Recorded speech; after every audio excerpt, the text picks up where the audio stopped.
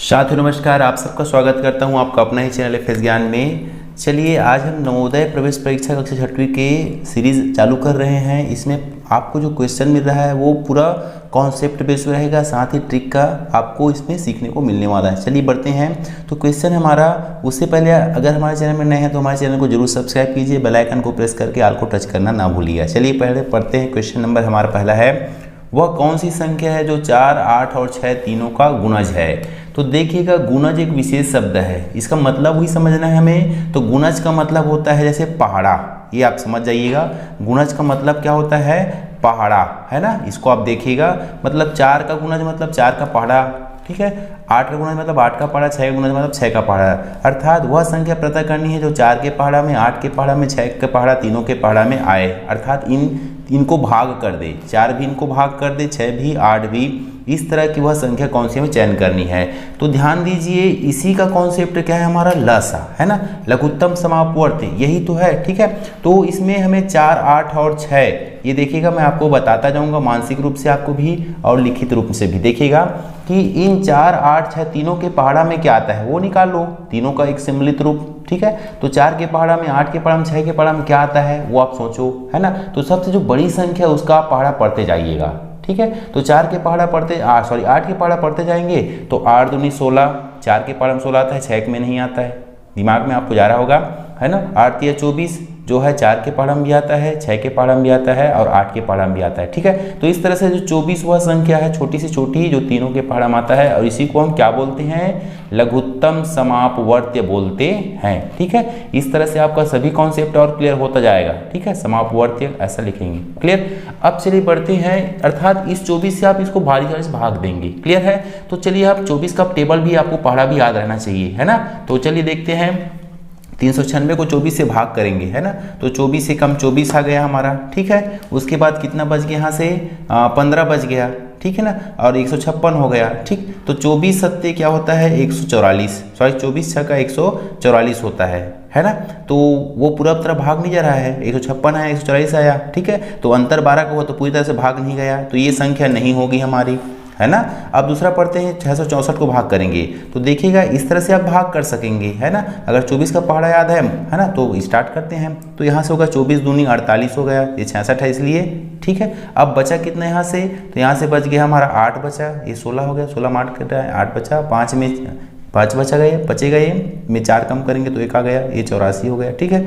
अब यहाँ से देखेंगे, हाँ 16 छक्का 24 छक्का 144 होता है, ठीक है, हमने पढ़ा।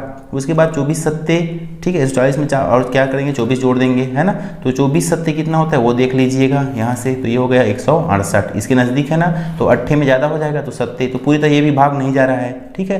तो ये हो गया 168, पूरी तरह कहाँ बचा? शेष बच रहे हैं अभी, यहाँ देखो ये 6 हो गया, यहाँ से एक 16, उसके बाद आएगा हमारा, ठीक। उसके बाद क्या आएगा? यहाँ से 16 का ही लिए पहाड़ा पड़े, तो शेष पर इतना बच रहा है, पूरी तरह भाग नहीं गया। इसी तरह आपको चेक करना पड़ेगा, है ना। तो कुछ पहाड़ा आपको याद रखना पड़ेगा। मैं इसका अब चलिए अगला जो यहाँ पर जो ऑप्शन है उसको देख के बनाएंगे, है ना। तो 696 को भाग करेंगे, है ना। तो इस तरह से 24 से जैसे भाग लगाएं इनको, तो देखिएगा ध्यान से,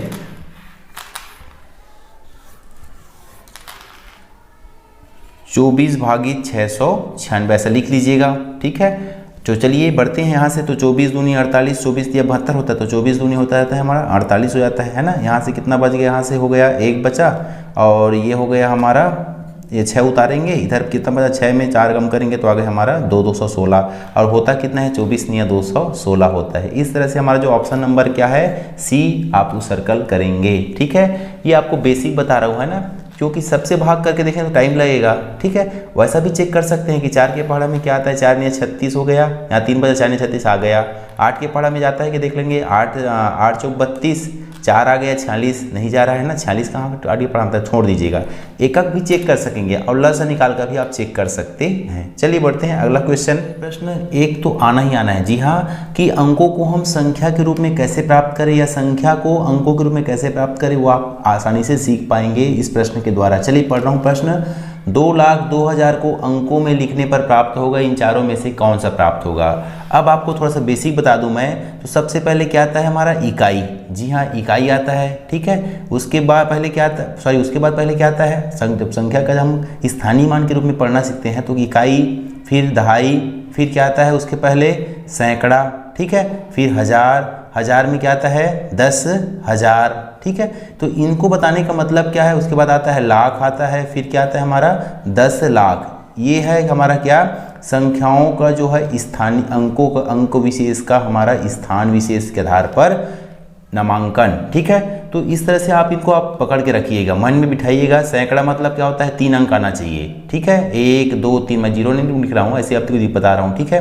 हजार, 10,000, लाख, और ये हो गया 10 लाख, करोड़ 10 करोड़ से चलता है। अगर इस पैटर्न को आप समझ गए हैं तो आपको कोई भी जो है संख्यात्मक रूप का आप अंकों में निरूपण कर पाएंगे। चलिए देखते हैं 2 लाख। अब जब भी लाख की बात आती है ना, मान लो यहाँ पर कोई भी चीज आ रहा है, लाख की बात स्टेप आ रहा है यहाँ पर, ठीक है। उसके बाद कितने स्थान बच रहे हैं, 1 2 3 4 5, ठीक है। तो ऐसा है क्या, देखो तो ये देखो 2 लाख, उसके बाद 5 आ रहा है, देखो 2 लाख, फिर 1 2 3 4 5, 2 लाख 1 2 3 4, इसमें नहीं आ रहा है। तो ऐसा आप क्वेश्चन के आंसर को नज़र डालेंगे, ठीक है।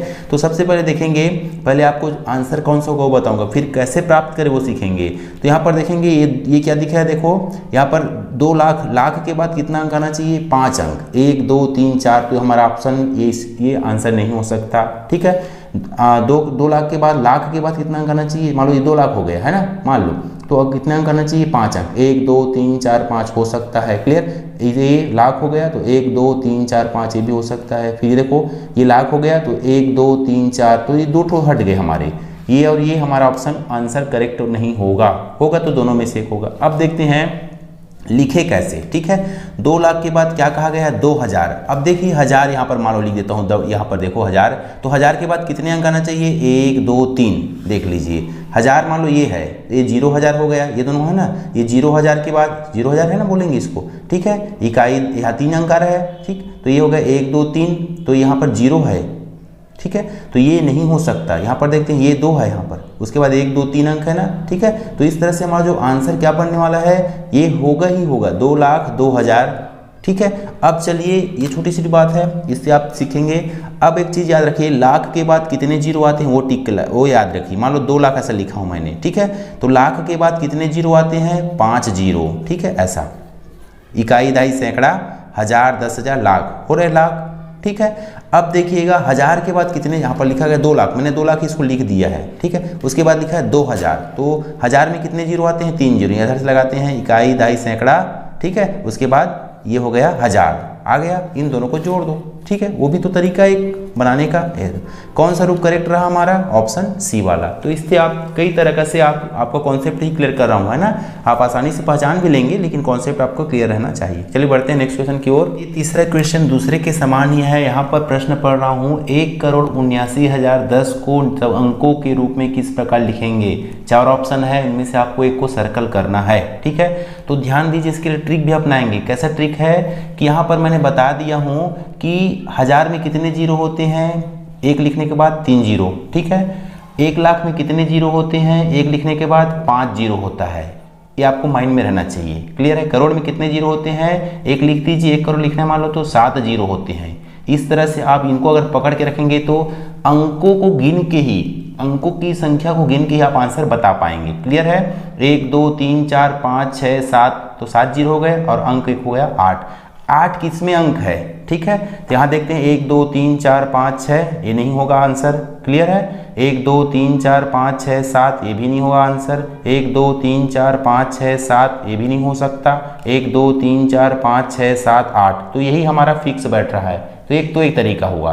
दूसरा तरीका क्या है कि हमें यहाँ पर देखते हैं 1 करोड़, तो 1 करोड़ के बाद कितने अंक आ रहे हैं, 7 अंक, ठीक है। तो यहाँ पर 7 अंक हो रहे हैं, ये दूसरा तरीका हो गया, ठीक है। यही ऑप्शन बढ़ रहा है, यहाँ पर 1 2 3 4 5 6 हो रहा है, ठीक है। ऐसा भी आता है। और देखते हैं कि यहाँ पर दूसरा देखते हैं, लाख वाली बात नहीं है किसी में। 1 करोड़, तो यहाँ पर क्या लिख सकते हैं, 0 लाख या 0 लाख। तो यहाँ पर किसमें, लाख में कितने जीरो होते हैं, या लाख लिखने के बाद कितने अंक आते हैं, 1 2 3 4 5। तो यहाँ पर देखो लाख लिखने के बाद 1 2 3 4, एक और आना चाहिए था ना, ठीक है। तो ये भी नहीं हो रहा है। यहाँ देखते हैं लाख लिखने के बाद 1 2 3 4 5, तो ये हो सकता है, ठीक है। इस तरह भी चेक किया जा सकता है। और तरीका क्या है, आगे देखते हैं।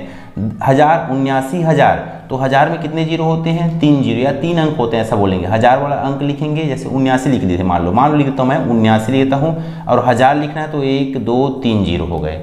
ऐसा किस में लिखा है देखिए, तो 79 लिखा है देखो, है ना, और 3 अंक है कि नहीं है, उसके बाद 1 2 3, ठीक है, तो हमारा यही बैठ रहा है। एक तरीका और क्या है कि लास्ट का आप चेक करोगे 10 किस में लिखा है, ठीक है, तो 10 यहाँ भी है, यहाँ भी है, यहाँ भी है, यहाँ भी है, तो इससे हम नहीं बता पाएंगे, ठीक है। तो आप अंक कितने आते हैं करोड़ में, कितने जीरो आते हैं, कितने लिखने के बाद कितने अंक, मान लो आपको 70 करोड़ लिखना है तो 70 तो लिखेंगे, ठीक है, उसके बाद करोड़ कितने अंक होंगे, 7 अंक होंगे, मतलब 7 जीरो होते हैं, ठीक है, इस तरह भी लिख सकते हैं। ये पूरा करोड़ हो गया, अब ये क्या कहलाएगा हमारा 70 करोड़, ठीक है। तो इससे आप क्या है अंकों की संख्या को पहचान के आप सही रूप निरूपण कर पाएंगे। उम्मीद है वीडियो पसंद आ रहा होगा, वीडियो स्किप ना कीजिए। चलिए बढ़ते हैं नेक्स्ट क्वेश्चन की ओर। चलिए ये जो प्रश्न है हमारा दशमलव वाला है ना, जब चैप्टर पढ़ेंगे तो भी कॉन्सेप्ट पूरा क्लियर होगा। यहाँ पर मैं आपको ट्रिक के द्वारा आंसर बताने का प्रयास करूंगा, ठीक है। ऐसे को जब भी, जो कि 1 समझ लो इसको, ठीक है, 1 का गुणा जिससे भी करेंगे उतना ही आएगा, क्लियर है। तो यहाँ पर आप क्या केवल दशमलव की संख्या गिनेंगे, 1 2 के पहले दशमलव है, यहाँ पर 1 और 2 के पहले, मतलब कुल कितने के पहले दशमलव है, यहाँ पर 2 पर, यहाँ पर 2 अंक के पहले है, तो टोटल कितने अंक के पहले दशमलव है, 4 अंक के पहले दशमलव है।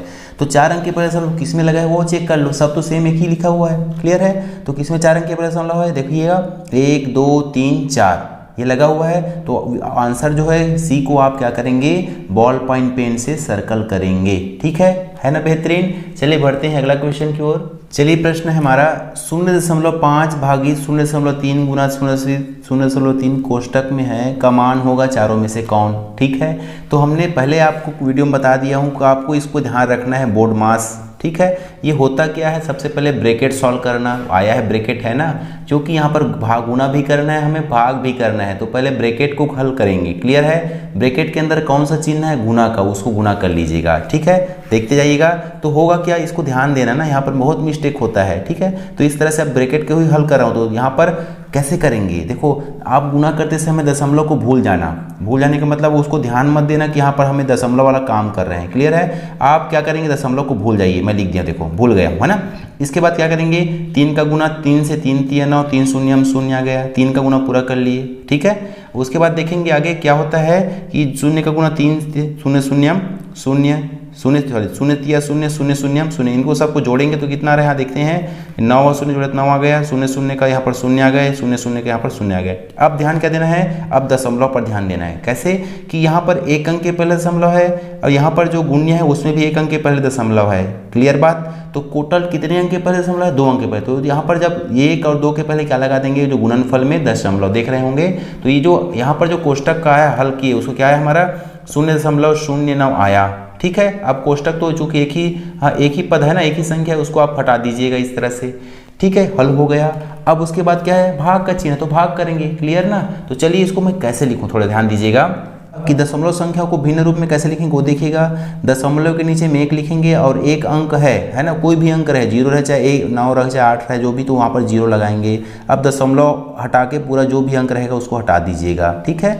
हाँ, इस तरह से अभी जो गुणक भाग का चिन्ह है उसको आप गुणा में बदलेंगे, याद रखना, है ना। अब ये जो संख्या है वो उसको क्या करेंगे, ऊपर नीचे। तो चलिए एक बार भाग के रूप में ही दिखा देता हूँ इसको, इस तरह से भाग रहेगा। यहाँ पे लिखेंगे हम दशमलव के नीचे में 1 लिखेंगे, यहाँ पर है ना, ये लिख लिया, 1 और 2 अंक है तो 2 जीरो लगा देंगे, क्लियर। अब इस भाग के चिन्ह को आप क्या करना, गुणा में बदलना, याद रखिए, गुणा में बदलेंगे तो क्या करेंगे, गुणा बना दिया, ये जो अंश है वो हर जो है अंश बन जाएगा और अंश है वो क्या हो जाएगा, हर बन जाएगा। इसको आप ध्यान दे दें तो आपको पूरा कॉन्सेप्ट समझ आएगा, ठीक है। 9 के कम 9 काट देते हैं सर, ठीक है, 0 से 1 शून्य काट दे तो कितना बचा हमारा, 10 गुना 1, 10 एकम कितना आ गया हमारा 10। ऑप्शन नंबर डी करेक्ट रहा, ठीक है। बहुत अच्छा समझ रहे होंगे और उम्मीद है मुझे। चलिए बढ़ते हैं नेक्स्ट क्वेश्चन की ओर। चलिए छठो जो प्रश्न है हमारा प्रतिशत पर बेस्ड है। जी हाँ, कुछ वर्ड का आपको ज्ञान रहना चाहिए कि उसका मतलब क्या होता है। देखते हैं ये प्रश्न, वैसा ही ध्यान से समझिएगा। 175 ग्राम के 10% का 5% बराबर है ए बी सी डी में से कौन सा, है ना।